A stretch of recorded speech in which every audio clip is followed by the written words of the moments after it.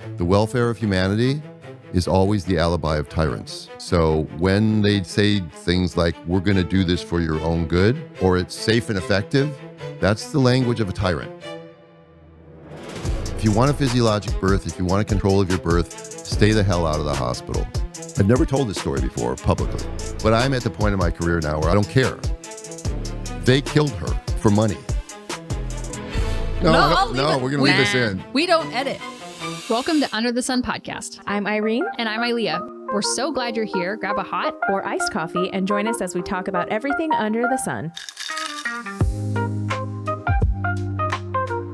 Hey guys, welcome to Under the Sun podcast. Today we have an incredible special guest who I want to just, before we introduce you, tell you that your podcast changed the trajectory of my firstborn's birth, and which then trickled down our whole life. So I want you to say thank you for being a truth teller and like working your butt off to change legacies for families. So I wanted to say thank you for that. But today we have Dr. Stu of Birthing Instincts. Would you tell us, in case somebody doesn't know who you are and what you do and kind of how you got here? Thanks, Ilea. First of all, you didn't realize you were going to have Isaac Hayes as your guest today. My voice is a little bit froggy from talking for 2 days. So he just did a class yesterday. It actually sounds pretty good. Thank you for that honor by your introduction and saying that. That is why all of us in the birth world do what we do. Yeah. To change the course of history, one family at a time. Mm-hmm. That's not how I started out. I started out as a typical medical student at the University of Minnesota. First 2 years of medical school, our classroom, I had no idea what I wanted to do. I wasn't passionate about birth or obstetrics in any way, shape, or form. I went to medical school because that's what kids in my neighborhood aspired to do, and that's what my mom wanted me to do. Mm.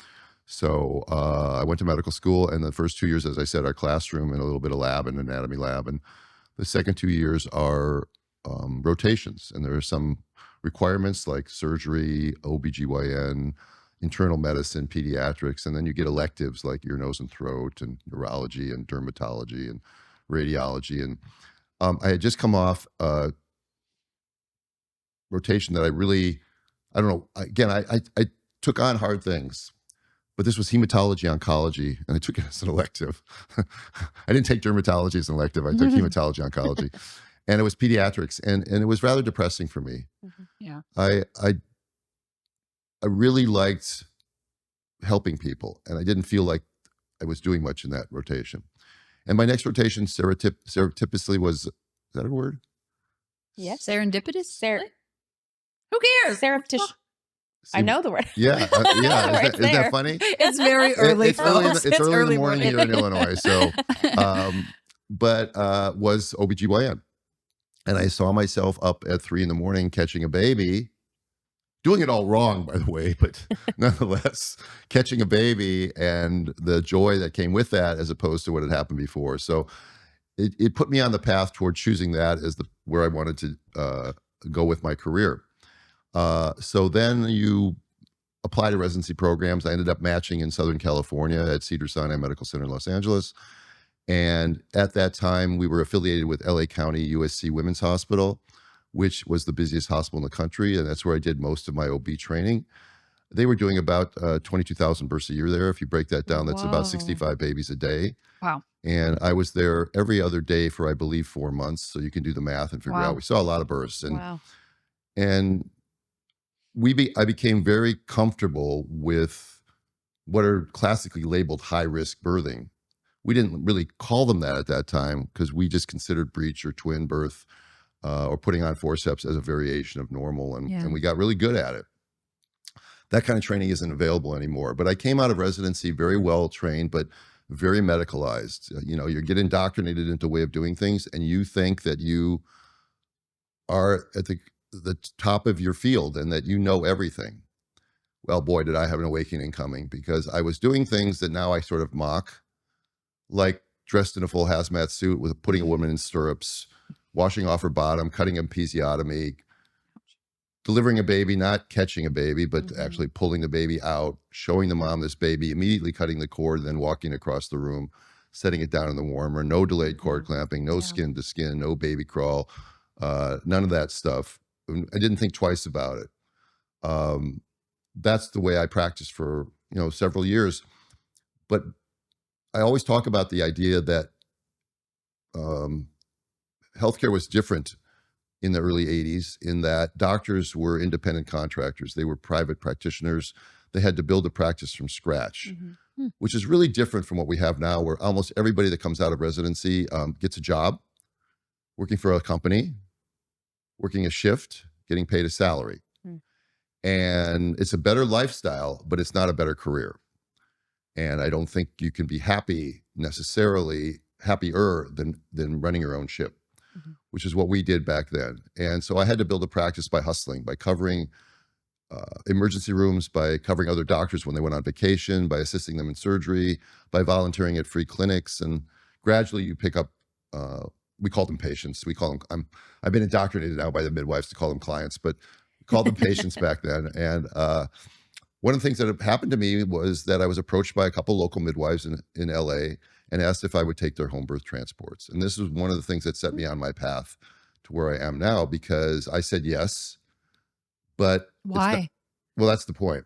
I said yes, not because I thought home birth was a good idea. I said yes because every client that was transferred to me was $2,000, $3,000 into my pocket.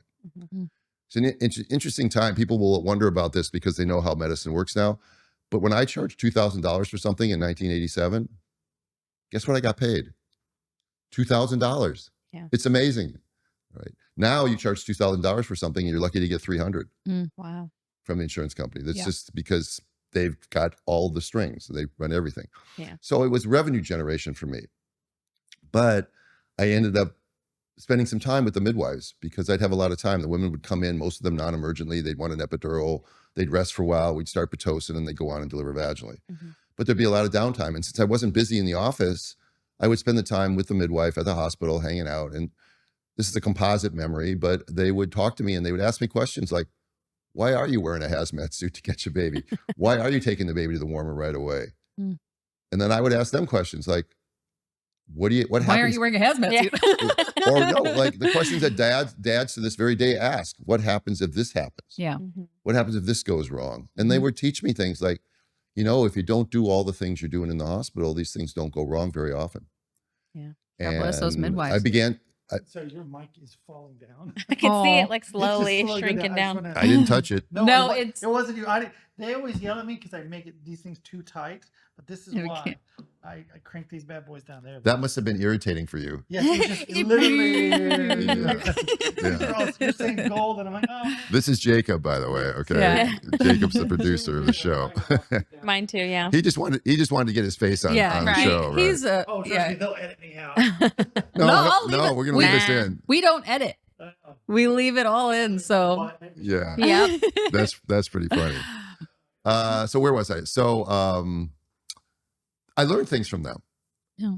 And it took a while, but after about 10 years of practicing, very medicalized, rigid, inducing people for the wrong reasons, sectioning people probably for the wrong reasons, cutting episiotomies because that's what I was taught.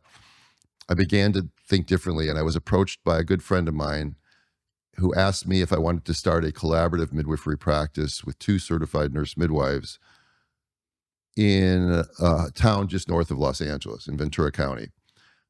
That's because Cedars at that time didn't allow midwives to have privileges. And I said, yeah, that sounds like a really good idea. The reason I did it actually was because I was tired of having constant overhead. But if I took a vacation, say I took a 10-day, 2-week vacation, maybe that vacation cost me $10,000 with my family or whatever. It actually cost me $40,000 oh geez, because I had ongoing overhead and had no revenue generation during that period of time. Yeah. So part of the appeal was having what we call physician extenders. It's a terrible term for midwife, but that's what they called it. And that way I could have passive income. When I'm on vacation, somebody is still generating revenue for the practice. So that sounded like a really better business model than what I had been doing. yeah. So we did it, and for 15 years, we had a really good thing going. The midwives took care of the normal stuff. They did the normal well woman exams. They did the prenatal visits. They caught the babies that didn't, the mothers and babies that didn't need issues, and women that had an ectopic pregnancy and needed surgery, I would take care of that. Women that had a pap smear that needed a colposcopy or some sort of other procedure, I would take care of that. Women that needed a C-section or forceps or a breech or twins, I would take care of that. And we had it was a really good model of care. Our C-section rate was 7%. Wow. While everyone else in that community had C-section rates in the high 20s. Wow. And in the late 90s and stuff, the high 20s was actually normal. Now we're up in almost the mid 30s. But we were doing great stuff, but we were never accepted in the community. The OBs, the nurses, the pediatricians, and the anesthesiologists had been doing something the same way for so long that we came in doing things differently, and it made them nervous. Yeah. And this guy could go off on a tangent and talk about the definition of standard of care. Standard of care, people use that term all the time, but it doesn't mean what you think it means. What does it mean? Because who decides what the standard of care is? ACOG? Do they? Because a lot of hospitals will do things that are against ACOG guidelines, like coercion for one. Okay, but no. And if one hospital here does breech delivery and this hospital doesn't have breech delivery and they're in the same zip code, what's the standard of care? Yeah. Who decides it? So it doesn't really mean anything. So I was doing things that made them uncomfortable, like breech delivery, like laparoscopic surgery. No one else at that point at hospital had done laparoscopic surgery. So I was below their standard of care I wouldn't say below, but outside their standard of care. This is one of the dilemmas that goes along with this whole thing, like other terms like evidence-based medicine or best practices. What does that mean? What is that? Who decides that stuff? All right. And by the way, who should be deciding that is the well-informed woman should be the one deciding what she wants to have done, not some hospital administrator or risk manager. Yeah. Anyway, after about 15 years, they found a way to ban the midwives. They banned VBAC, which is vaginal birth after cesarean. And then they were going to ban breech delivery. I had done three breech deliveries in June of 2010. And all of them were fine. But they made everybody nervous. Anesthesia was nervous. The nurses were nervous because the OBs who didn't do breech sort of ran the show there. It was a small hospital. And they told everyone that Fischbein guy, he's crazy. He's doing crazy stuff. And what do they know? They didn't know anything. So they just trusted the doctors that they'd been working with for years. And they were going to ban breech delivery. And so I had a choice of whether to fight them legally or to just pack up and go do something else. And I had wise advisors. That's what they told me to do. They said, you can fight them legally, Stu, you're going to lose. It's an administrative process. For those of you who are listening who don't understand that, it's not the same as a civil process. You don't have an independent judge or jury. You are accused, you are tried, and you are judged by the same entity, which happens to be the administration of the hospital that's pissed at you in the first place. So you can't, and they have protection. Oh God, it's really twisted. You cannot sue a hospital as a private doctor who's working there until you've gone through the administrative hearing. Oh my gosh. Wow. So you can be treated with sham peer review. You can be called gunny sacking. Gunny sacking is where they write you up for everything that you do, like wearing the wrong shoe covers or speaking harshly to a nurse when you really didn't necessarily speak harshly, but they write it up. These things don't amount to anything. They could have complete negligence. They could do a C-section on a woman for breech that wasn't breech. Yeah. Or they could break a clavicle on a birth, which does happen, and not get written up. And if my midwife broke a clavicle, that would get written up. That's called gunny sacking. And what happens is that even though these things don't mean anything, you now have a file that's this thick. So when you come up for reappointment, look at this guy. He's got all these files, all these complaints about him. It's a game that they play.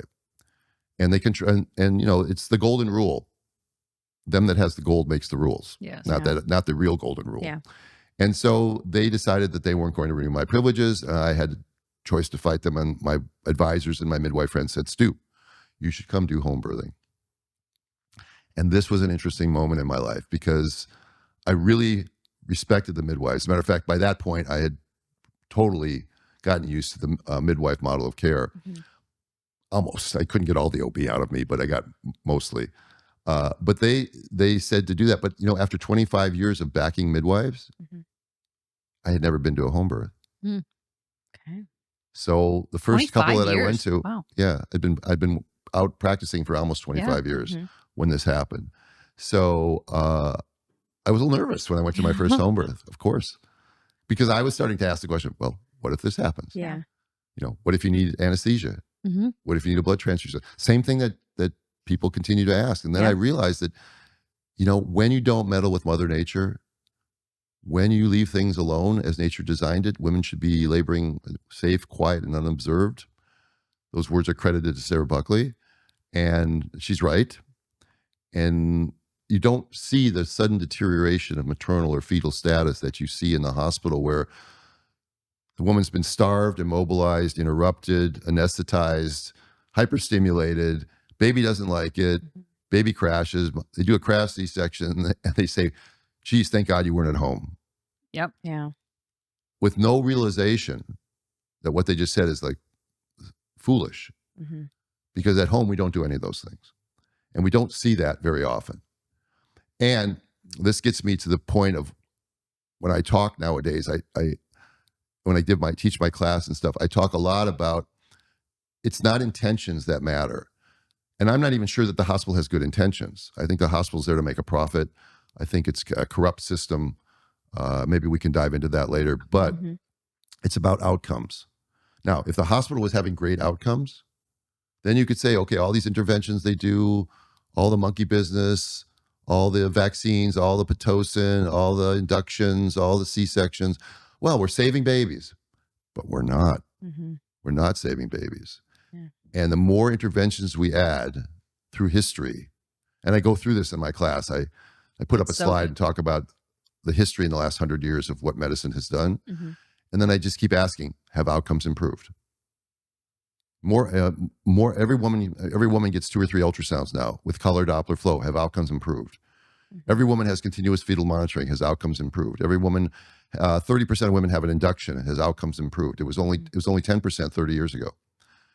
The C-section rate 50 years ago was 5%. Now it's 34%.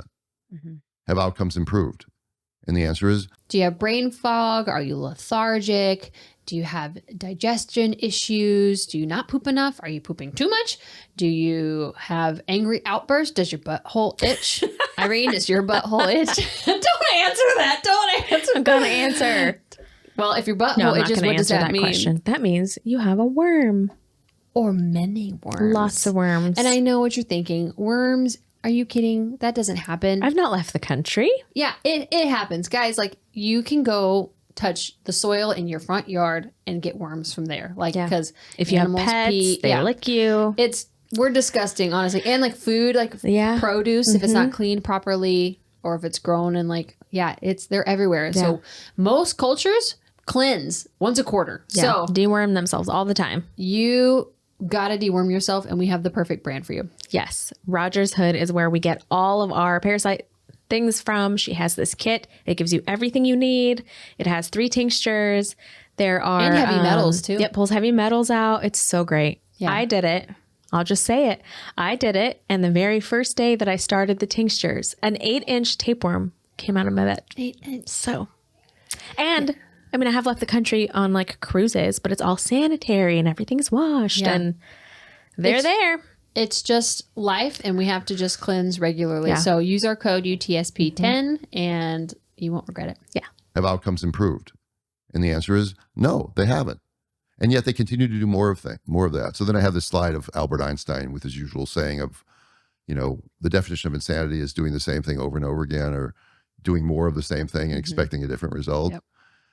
I don't think it's insane. I think it's sort of dastardly what's going on, because the people that are running healthcare are making millions of dollars. Yeah. Yeah. Who has the nicest buildings? Insurance companies, hospitals. Who owns private jets? Insurance companies, hospital systems. Yeah. Right? Not the nurse or the doctor or the station secretary, you know, or the maintenance guy or the phlebotomist. We're not getting rich doing these sorts of things, but some people are. And that would be okay if they were rewarding good behavior and good outcomes, but we're rewarding bad behavior and bad outcomes, and there's a problem with that. So now my mission in life, now that I've stopped, I got old, that To make a long story longer, I got old. I was tired of being on call. Being on call is very hard because even though you go to bed at night and you probably aren't going to get woken up, you never go to bed at night not knowing you're going to be woken up or not. Yeah. And that's very difficult on your stress, on your adrenals, on your cortisol, on your marriage, on your relationships, that sort of thing. So after almost 40 years, I decided to stop attending births and get into more of teaching, which I'd already been doing, but now teaching and consulting online and that sort of thing, and advocating for what I believe in, which is that the midwifery model of care makes much more sense, has better outcomes, and that birth is a normal function of the woman's body. It does not need to be managed or treated or any of the other nice sounding terms that we use. Women don't need to be allowed to do something. Oh, we don't allow that here. Well, there's the old saying, you're not allowed to not allow me. Yeah. Well, it's like, who's paying for it? Yeah. It's like we're hiring people for a service. Like, we're hiring doctors at the hospital for a service, and yet we're not allowed to do something. It's like hiring someone to come paint your walls, and they're like, oh yeah, we're actually not allowed to. You're not allowed to pick the color. We're going to pick the color. And it's like, no, I'm paying you for a service. I'm going to labor naturally without a fetal monitor, and you're here in an emergency. Our culture has, and they've done a great job, from early propaganda to salesmanship to fear. They have done a great job in changing what used to be considered a normal function of a woman's body, and it was done in the home. 100 years ago, 90% of babies were born in the home. Within 30 years, 90% of babies were born in the hospital. In one generation, we took birth and we medicalized it, and created fear, and we sold that midwives were dirty and that hospitals were clean and that this is where you should be giving birth. And it was a purposeful thing done by the pharmaceutical industry, by the Rockefeller and the Flexner Report and all that stuff, the taking over of medical schools, the vilification of naturopathy, if that's a word, the vilification of midwives, the vilification of homeopathy, of alternative things. Those were all vilified. And we did it in 30 years. And then they went on a campaign with advertising. Yeah. And then they put it into TV shows that, you went to the hospital to give birth. And this was not accidental. This was not, well, fear is the greatest motivator. You can, you can change anybody's course in life by instilling fear in them. Yeah. And then they're easy to manipulate. And we have to get back to the idea that, birth can go wrong in any setting. It's far less likely to go wrong in the home than in the hospital. When something goes wrong at home, it's publicized. When something goes wrong in the hospital, which happens with much more frequency per capita, not just even because 98% of births are in the hospital, but so many babies in the NICU in the hospital who came into the hospital inside their moms in perfectly healthy condition, and 20 hours later, they're somehow in the NICU. And we don't think that that's abnormal. But if a baby from home ends up in the NICU, that's something we got to call Child Protective Services. We've got to call, you got to call your lawyer. You got to call the news. You got to make a big stink about it. Again, they have the power. And I think right now, because a lot of pressure is being put on midwives in different states, right? I think that's a sign that they know their power is waning. Because I'll make this very easy statement. The problems we have in obstetrics in the United States and maternity care in the United States is not because 1% of women are delivering at home. The math doesn't add up. We have 98%, 99% of women are delivering in the hospital. We're 54th in the world in neonatal mortality. We should be top 5. We spend more per capita than any other country per person per healthcare. We're doing lousy. Our C-section rate has gone up 600%. The induction rate has tripled. The admissions to NICUs over the last 20 years has doubled. NICUs are newborn intensive care units. How do you explain that? If your system is so good, how come more babies are going to the NICU? And you'll get this gaslighting that says, well, women are fatter, women are older, that women are doing more drugs, No, maybe it's the way you're treating them. Maybe it's giving them vaccines when they're pregnant. Maybe it's inducing them at 39 weeks for no reason. Yeah. Maybe it's altering their microbiome. All the things that we're doing. Nope. It's not that. It's not that. Don't pay no attention to that man behind the curtain. Look over here at the flashy, shiny Wizard of Oz guy over here. We're saving you. Like that's their thing, is they're saving you. That's what they think they're doing. That's a form of cognitive dissonance. Yes. They have to say that, because the alternative is that they actually realize they're doing evil or doing poorly, and no doctor wants to admit to that. I mean, take the NICU admissions doubling in the last 20 years. Okay, well, what possible reasons could that be? Either babies are sicker, and so then the medical system isn't doing its job. We're causing the babies to be sick by the way we're managing them, so then the medical system isn't doing its job. Or we're purposely finding more reasons to put babies in the NICU, because the NICU is a major revenue generator for the hospital, which doesn't bode well for the medical system either. Yeah. So when you have a system that is failing and you just keep doing more of it, did I talk about the definition of insanity? Yeah. And yet these are the people that are deciding the policies that you as a consumer, or you as a midwife, or me as a physician have to follow. And most of my colleagues just put their head down and follow it. Yeah. Do you find that more of your colleagues think the same? They're just afraid to say anything? Or do you think you're the odd man out? I think it's too uncomfortable for them to think. They just don't want to think at all. Correct. Okay. Because it is possible they don't know these things, because we're all tainted by our own social media feeds, and we get fed what they want us to feed. Yeah. They want us to eat, excuse me. Yeah. So if they don't know this stuff and they don't look for this stuff, and most doctors, when they come out of residency, again, now because they're an employee, and because their employer tells them what they have to do and how they have to do it. And because if they want to be board certified, they have to take these courses called maintenance of certification, which are modules that are designated to them by ACOG and the board. So they're teaching them what they have to learn, and they have very little time to do any research elsewhere. Yeah. Plus, why would a doctor who's in a system that doesn't want to allow a woman to go past 40 weeks, or doesn't allow a woman to have a breech delivery, why are they going to learn to have a breech delivery? Or why are they going to advocate for the woman to go past 40 weeks?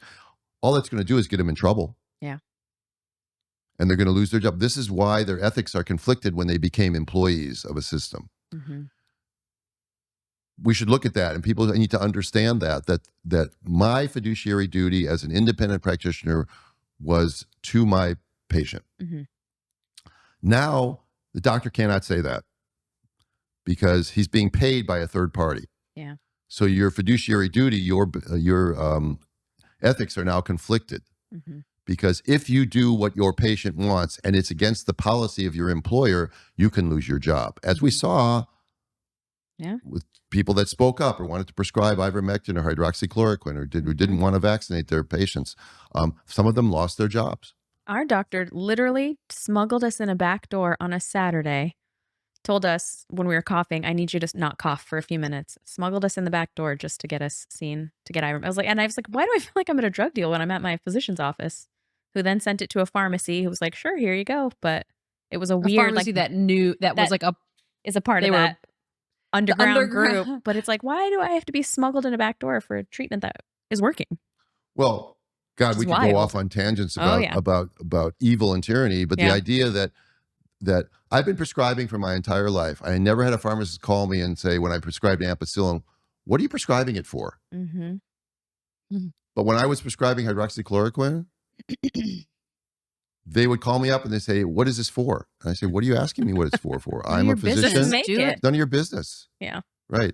And Walgreens and CVS, I'll call them out, were the two of the worst. And they would not let their pharmacists fill prescriptions for those drugs during a time when there was certainly evidence enough in the world to say that this is fair off-label use for this medication. It seems to be working. It's certainly been around for 50 to 100 years. It's won a Nobel Prize. Ivermectin did. Not a Nobel. Was it a Nobel Prize? Yeah, I guess it was a Nobel Prize. Yeah. And no, you can't have that. But, and Bliss and I did this on one of our podcasts. There's about 9 commonly used drugs in obstetrics that are all off-label. Oh, you can use those perfectly fine. Yeah. Isn't Pitocin off-label? Pitocin for induction is off-label. Pitocin for augmentation is not. Yeah. Terbutaline is off-label. Nifedipine for preterm labor is off-label. I'd have to think about them all, but there were at least 9 common drugs that we use. That nifedipine is only indicated for unstable angina, and we're using it for preterm labor and hypertension in pregnancy. Yeah. And the pharmacists don't even ask why you're prescribing nifedipine. This is tyrannical. Yeah. And by the way, the famous Albert Camus, the French philosopher, I think it was in the turn of the 20th century, said, "The welfare of humanity is always the alibi of tyrants." So when they say things like, "We're going to do this for your own good," or it's safe and effective, that's the language of a tyrant. Because individuals should be able to decide for themselves what they consider to be reasonable care or what they want to put in their own body. Yeah. And that's not the case. And we are doing the same thing in labor and delivery right now. We are using coercive language to get women to do what they want them to do. Yeah. Because when you bring up the idea that you might injure your baby, you have just now turned that woman into a bowl of jelly. Yeah. I mean, she, more than anything else, wants her baby to be fine. Yeah. And when you we're the ones who've worked the hardest to, get them to this point. Yeah. Like, of course we care. What? How insulting. And they'll say stuff like that. Yeah. How insulting to be like, oh yeah, like, do you want your baby to be dead? And it's like, do you? But I want you to be dead. Yeah. Well, it's like, it's so insulting that they think that suddenly because you see me for 5 minutes, like, I'm not in obstetric care, but like I've seen it. I'm an older mom, so like I've seen my friends go through this. They're like, they said if I don't like do the C-section on Monday and it's like Thursday, that my baby will die. And it's like, if it was an emergency, you would be in the OB room, like you would be in surgery right now. They don't suddenly love your baby and care for outcomes better than you. Well, it's so insulting as that like we have lost our power as mothers and fathers. Like we have. Well, they don't teach logic and deductive reasoning and debate anymore, I think, in middle school or high school. Intentional. What? That's intentional. Yeah. Because what you're saying is that people can't critically think. Yeah. And for me, when I look at what doctors say, when I look at an ACOG meme on Instagram and I just like roll my eyes, it's like, this is low-hanging fruit for me. You're making my job too easy. Yeah. Like there are satirists out there, Adam Carolla, Matt Walsh. For them to Andrew Clavin, these people they don't even have to do any work anymore. I know. All they have to do is pick up the New York Times, read a front page headline, and they've got material for the day. Yeah. You can't make this stuff up. How stupid some of the things are that they're doing. Yeah. And this goes, and again, it all boils down. How do I know this? Well, again, I lived in both worlds. Yeah. 28 years in the hospital setting, 12 and a half years in the home birth setting before I left. I've seen both of the systems, and I've seen the outcomes. And I've only seen the outcomes getting worse in the medical model. Now, here's the thing. People will say, yeah, but if I didn't have this, my baby would have died. And you know what? Sometimes that's gaslighting, and sometimes it's true. Yeah. But what the medical system doesn't care about is, in order to save one baby, what have they done to the other 999 that didn't need this intervention? Yeah. And they don't care about that, because if you look at any research paper on obstetrics, you're going to find that the primary endpoint, primary outcome, is neonatal death or neonatal morbidity. And the secondary outcome may be maternal morbidity or cesarean section rate or something like that. But none of these papers have in them, how did that baby do at age 2? Yeah. How did that mother do postpartum? Yeah. How did that mother's breastfeeding rate go? How did the baby's microbiome set up? How did that mother do in her future pregnancies? What happened to her future babies when you sectioned her for breech? Oh, she got a placenta accreta in her second pregnancy and had a hysterectomy. Oh, well, the doctor who did her C-section for breech doesn't even know that happened. Yeah. Doesn't that kind of stuff doesn't come into play. There is no accountability. Yeah. Well, in any research paper, they only care, and this is one of my slogans, is they only care that they have a live baby in the bassinet. Yeah. Because now that baby belongs to the pediatric department. Yeah. Because babies in the midwifery model belong to the mother, and it's a mother-baby dyad. The medical model has separated the two. Yeah. But you can't separate the two. Yeah. Newborn babies should never be separated from their mother. There's absolutely zero reason. If a baby needs NICU attention, NICUs need to redesign their architecture to put mothers and babies in the same NICU room, not to have a NICU where you have 13 incubators and the mothers are allowed to visit from this time to this time. It makes me sick. Yeah. Like the baby should be on the mother's chest, or the mother should be holding or touching her baby the entire time it's in the NICU, talking to her baby, and the dad too. But I'm not minimizing dads, but this is what they should do. These hospitals, if they really wanted to get better outcomes for their babies, and this has been shown, studies that show that NICUs that have skin to skin most of the time, those babies do better than NICUs that don't. Yeah. They need to redesign their floors, and they need to put private rooms, each baby and mother in the private room together, and stop this whole thing about, oh, you can only have one visitor at a time and all those other things. All these rules were so stupid. The whole COVID rules, you know, your husband can't be in the delivery room, or if you tested positive for COVID after we've swabbed your nose 16 times and finally got one With the on the neurodoc. 44th round of testing, we got one that said it was positive. Now your baby has to be separated from you. Yeah. These people are idiots. And then they're like, I have postpartum depression and I don't know why. And I'm like, it's because they took your baby away. They took your sovereignty away. Yeah. There's, we have many friends who had babies during the COVID era. And the gal, one of my friends was talking about how like they took her baby away because of she was positive for COVID. And so they took her baby away. And then she's like, I don't know why breastfeeding didn't go well. Like, I guess it just doesn't work. I guess like basically like putting the blame on herself that like, I failed because my breastfeeding relationship didn't work out because my baby was taken away from me. It's like, no, like we have completely separated like you from the child who tells you need to make milk and all the things and all the bonding. And yet they're like, we saved you. Thank God from COVID. Do you think you were as awake before COVID? Because COVID is what woke me up. I was a lefty loon, like just, and I was actually in the medical system. I was in, nursing school and couldn't afford it because it's so expensive. But I left because like, oh my gosh, we're just medicating people everywhere. Oh, well. And then thank God I wasn't in that model of care because COVID happened. And I was like, oh, I would have like either been indoctrinated and so like wrapped up and they care the most. But like that woke me up. Is that what woke you up the most? Or were you already totally okay? Yeah, Good for you. I left the system long before that, and I realized long before that I was already railing and writing letters. Even when I was still in the system, I was writing letters to the head of my department or the LA Times. Oh, good for you. Yeah, I mean, I could go back in history. I have an idea for a book that I'd like to do sometime. I have letters that I have 40 years worth of letters. You know, we used to write letters actually. Yeah. Handwritten. I have 40 years worth of letters in a file back home. And I thought, wouldn't it be great to like write a book on the history of medicine over the last 40 years based on these stories? Yes. That would be great. But I can tell you, for example, I had a woman who was 26 weeks, I think, pregnant, and she was 24, 25 weeks, and she was in preterm labor.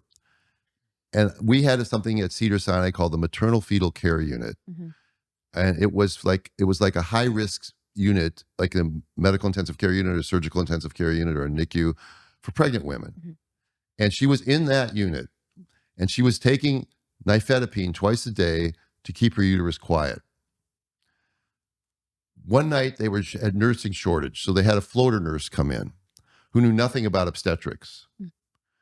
And she saw the woman was on nifedipine, and she held the dose because the woman's blood pressure was normal.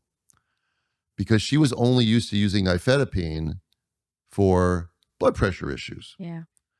And the woman, I came in the morning, the woman was contracting away, and I found out that she hadn't gotten a dose or 2 doses of her nifedipine. And anyway, she broke through and she went on and labored, and the baby died. Mm-hmm.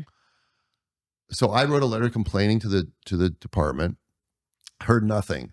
Then shortly thereafter, the LA Times did a story about nursing shortages. And there was the head nurse at that time at the hospital. Her name was Linda Burns Bolton. And she went into the on record in the LA Times saying that they've never had a bad outcome because of a nursing shortage at Cedars. Wow. So I wrote the LA Times a letter, which got published in the LA Times about this particular case. Mm. What do you think happened? I got called in by the chairman of the department asking why I didn't go to them first. And I came to them with a file full of letters saying, I've been complaining to you guys for months, if not years. You don't listen to me. You ignore me. They were more upset that they got exposed than the fact that my patient lost her baby. Yeah. This was an example. This was early in my career of how my ideology was being shaped by the idea that I'm advocating for my client. Mm-hmm. I'll give you another one. I had a woman, last year of residency, I was a senior resident. She had cystic fibrosis. Christina Lopez was her name. And she came in several times while I was chief because she didn't take care of herself. And we would get her all spiffed up and her lungs and her pulmonary function really good, get her all spiffed up. She was pregnant. And then we would discharge her. And finally she came in a third time or second time. And I said, I'm not discharging her. I'm keeping her the entire rest of her pregnancy. Now, she had Medi-Cal. Medi-Cal is California's Medicaid. They don't pay well. And at the same time in the hospital, the chairman of our department, Calvin Hobel, had a client who was a benefactor of his research. She was pregnant and she'd had multiple surgeries for fibroids. So he kept her in the hospital, but she had private insurance. We went to the Christmas party that year at the chairman's house. Guess who's at the party? The woman who's supposed to be in the hospital on bed rest is at the party. She's got day passes to go and do whatever she wants, but she's in the hospital because the hospital can bill her and make lots of money. So she's in and out of the hospital. She gets to stay. I was told by the same chairman that I had to discharge Christina Lopez rather than keep her, even though she'd already been in and out 2 or 3 times. Mm-hmm. And I refused to do it. So unfortunately, the end of June came around and I was finishing my chief residency and the new chief came on. And after I left, they discharged Christina Lopez because Medicaid wasn't paying enough to make it worth their while. Mm-hmm. 2 weeks later, she came in, both she and the baby died. Wow. I've never told this story on the radio before. I'm dating myself, but I've never told this story before publicly. But I'm at the point in my career now where I'm not, I don't care. Yeah. They killed her. Yeah. For money. Yeah. Because the other lady got to was in the hospital for no reason. She didn't even have to be in the hospital, but she was in the hospital. But yet she could get in her car and go anywhere she wanted to and just come back at night. So how important did she need to be in the hospital? But they could charge her private insurance company. And if her private insurance company is looking and the statute of limitations hasn't run out, you guys should go back and go after Cedars for that money. Yeah. Yeah. And this is the corruption of people that run healthcare, specifically my OBGYN department at that time. Mm-hmm. I have story after story after story of things where they did stuff like that. I saw a woman post-surgery and she was beginning to develop a little cellulitis at her incision. Mm-hmm. I ordered her to have IV antibiotics. And this was 10 o'clock in the morning. I come back like at 7 o'clock at night. I'm in the hospital anyway. I walk down the room to see how she's looking. And it's much worse. I found out she hasn't gotten her antibiotics yet. It's been almost 12 hours. And they somehow forgot to do it. Yeah. And the nurse who was supposed to be taking care of her all day never bothered to look at her wound. I had I could go on and on and on. Yeah. I had another lady who had a C-section. Postpartum, I come in the room and I look at her belly and I see that her bladder looks really distended. I asked the nurse what her urine output's been over the last 12 hours. They haven't charted it. Put a Foley catheter in, and they get out over 2,000 cc's of urine. Mm-hmm. Then she has a hemorrhage, where she ends up going into getting renal, what's called acute tubular necrosis, because she bleeds so much. She has to get dialysis for a couple days, and she does recover completely. Thank God. Who gets called into the principal's office? Me. Yeah. Me. I got called in. The nurses who ignored her bladder, that probably caused her uterus to have atony, to lead to a hemorrhage that caused her to go into hypovolemic shock, which shut down her kidneys for a couple days. Nothing happened to them. It does bring up some compassion for like the good doctors who are out there. I know in my opinion, I feel like they're few and far between, because we hear all around our country the horror stories / the like, oh, thank God I was there. But like, it does for like the good doctors like you who are like, wait a minute, like I'm seeing this. They're just stuck. Yep. Like, what do you say to the doctors who are stuck in the system and they're like, I don't know what to do. I don't know how to make an impact, because like these women are, it's at one point, is this like abuse? Well, it is abusive, but it's also abusive of the nurses and doctors too, because they are stuck. Yeah. But they're stuck from a system of their own making. They've allowed themselves to be captured. I feel for doctors sometimes. They're in a system, and nurses too, but they're in a system of their own making. They let it happen. And again, sometimes they're powerless to do anything about it, but they're not powerless in their own lives to change their life. Yeah. Yes, sometimes it takes sacrifice to do things. You might have to give up your current income to find a better path. But here's the thing. I don't think if you're not thrilled with what you're doing, you'll never you never regret changing course. And part of me believes that most doctors and many nurses are very unhappy in their job. They don't like their job. They do it because they don't know what else to do. They feel financially stuck. They invested too much time. They feel they're too old to start a new career or something like that. That's a really big mistake. And how do I know that they don't like their job? Simply because happy people do not treat other people badly. Yeah. Happy people don't talk down to people. Happy people don't roll their eyes or stomp their feet because you're not doing what they suggest to you to do. Happy people don't threaten you with either subtle or overt coercion. Happy people don't pull out the dead baby card. Happy people don't do that. And this is ubiquitous. It's everywhere in the medicalized birth model. So I got to tell you that the people practicing medicine for the most part are unhappy. Yeah. The happy people are the ones that are, running the business. They work 9 to 5. They're the ones getting the 6-figure salaries, 7-figure salaries, and going to the nice parties and flying on the private jets, and they're absolutely fine. Yeah. But the doctor that's up at 2 a.m. taking care of a woman that he's never met before. So the job satisfaction isn't there. That used to be there. Yeah. Because we all do better when we take care of somebody who's within our line of sight. We all go bend over backwards for our family members more so than our neighbors. And more so for our neighbors than for a stranger that's on the other side of town. And more for somebody that lives that's a fan of our football team than somebody who lives in a third world country. Those people are out of our line of sight, and we don't have the capacity to take care of them that much.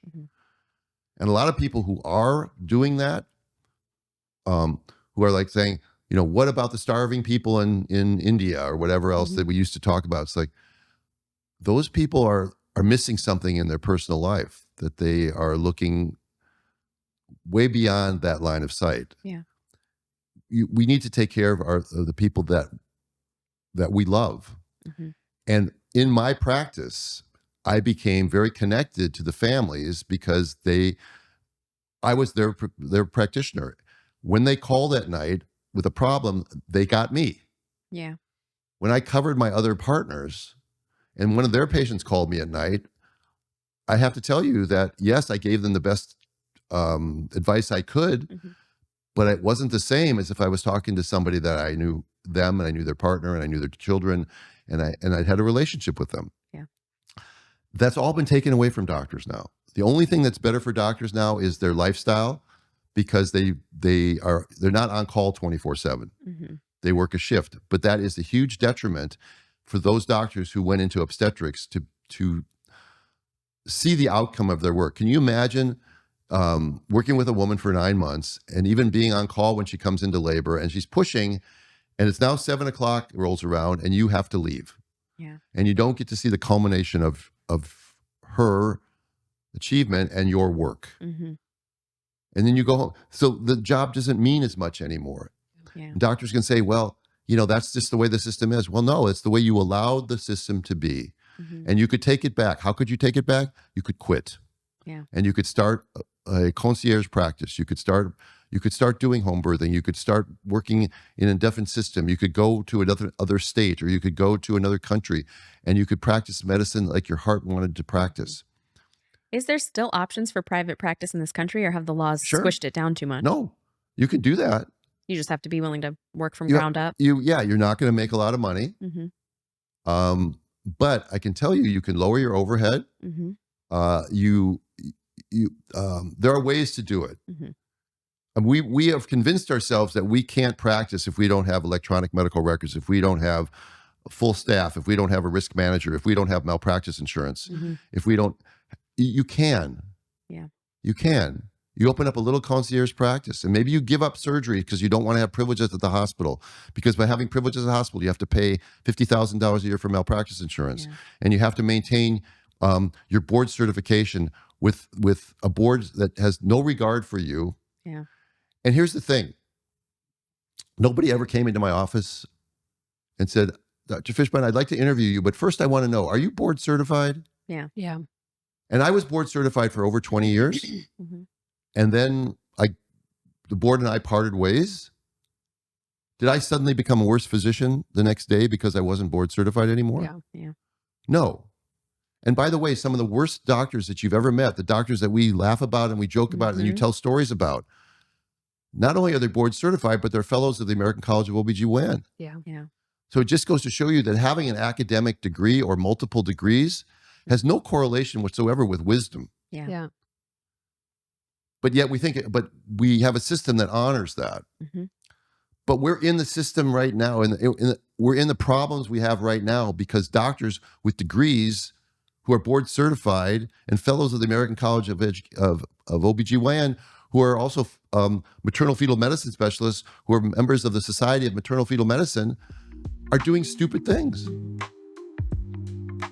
How do I know they're stupid? Because outcomes are getting worse. Yeah. Hey guys, we had such a good time in this interview that we talked for almost 2 hours, so we are going to split this up into 2 podcasts, so check back next Wednesday for the awesome part 2 of this interview.